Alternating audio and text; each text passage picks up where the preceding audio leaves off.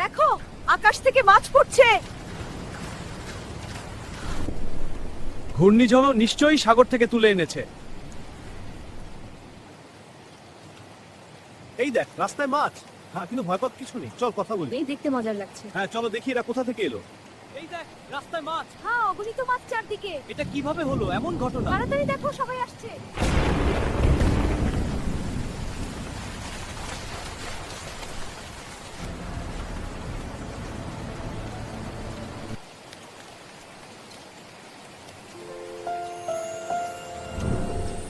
একটু দাঁড়াও, আমি আগে দেখেছি। না, আমি আগে ধরেছি।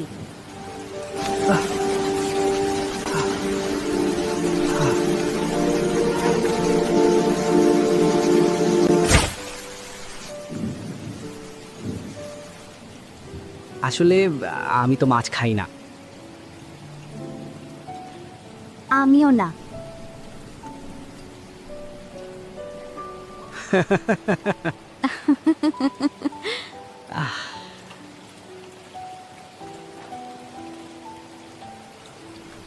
তাহলে আমরা ঝগড়া করছিলাম কেন?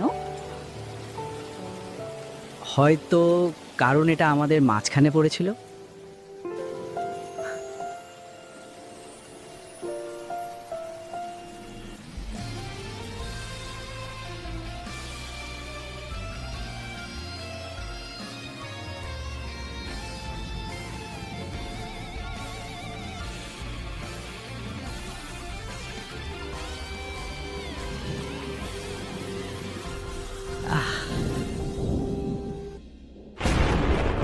এদিকে দেখো, রাস্তায় মাছ। আরে তাড়া আসতে তুলো না।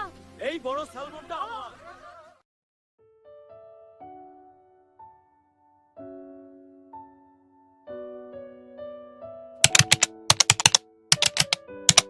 ঘটনা কিভাবে চিরদিনের মতো হারিয়ে যায়?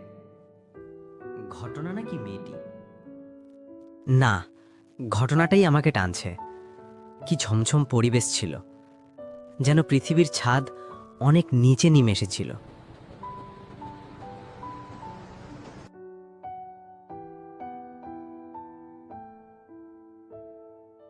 আমি যদি আমেরিকার অরেগনে যেতে পারি, তাহলে সম্ভাবনার অঙ্ক অনুযায়ী সেও গত 1 বছরে কোনো না কোনো বিমানে থাকতে পারত। আমাদের এলাকায় যত সুন্দরী স্মার্ট ছেলেমেয়ে জন্মায়, শেষ পর্যন্ত সবাই বিদেশে চলে যায়।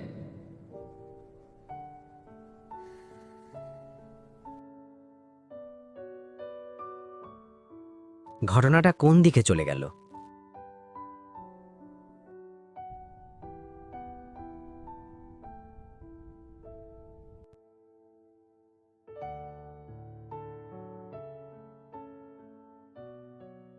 রবার্ট, কোয়ান্টাম পদার্থবিজ্ঞানে প্রতিটি কণার কি দুটি অবস্থা থাকে? হ্যাঁ, দুটি প্রান্ত মিলে একটি জোড়া হয়। একটি প্রান্ত যেখানে থাকে, অন্য প্রান্তও কোথাও থাকে, সেটাই তার প্রতিরূপ। আহ, কেন জিজ্ঞেস করছো বেরা? তাহলে হয়তো তুমি ঘটনাটা প্রকৃতি থেকে ভিডিও আকারে উদ্ধার করতে পারতে।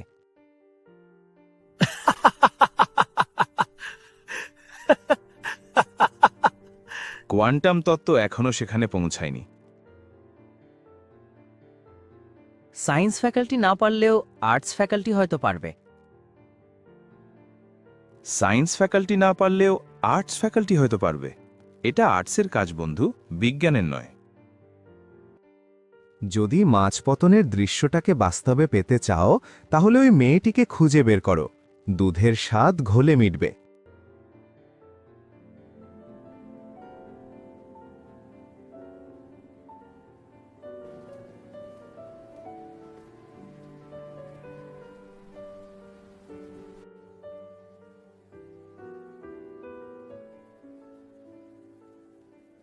সেদিন মাছ নিয়ে ঝগড়া করা কোনো মেয়েকে কি মনে আছে?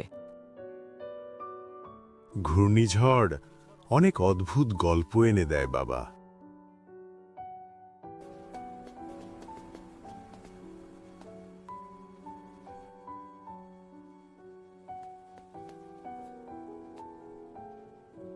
বিমানের 1 বছরের গমনাগমন ইতিহাস রিসার্চ করা একটা কষ্টদায়ক কাজ ছিল।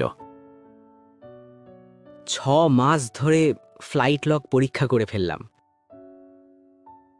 রিসার্চ করব কি করব না, এই দুয়ের মধ্যে আমি হ্যাঁ বেছে নিয়েছিলাম। আমি হ্যাঁ বলেছি, তাই টাকা, সময় আর শ্রম সব গেছে। তবে ব্যর্থ গবেষণাও সমাজে অর্থের স্রোত তৈরি করে। পাগল ছাড়া দুনিয়া চলে না।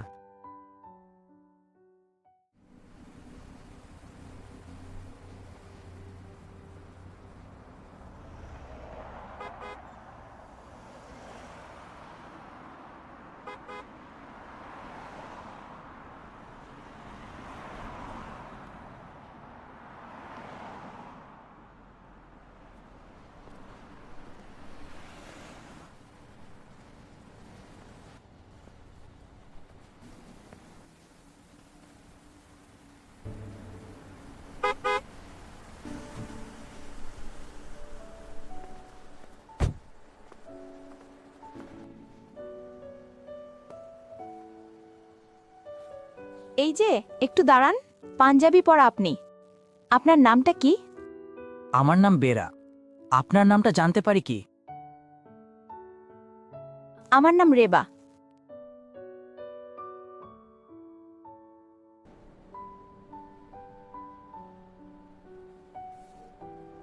আমি মক্কা থেকে এসেছি, তাই নিজেকে সংযত রাখছি। কিছু বলছেন না যে? আমি শিগগিরই সেই রাস্তায় যাব যেখানে ঘূর্ণিঝড়ের দিনে বড় স্যামন মাছটি পড়েছিল। আপনাকে সালাম।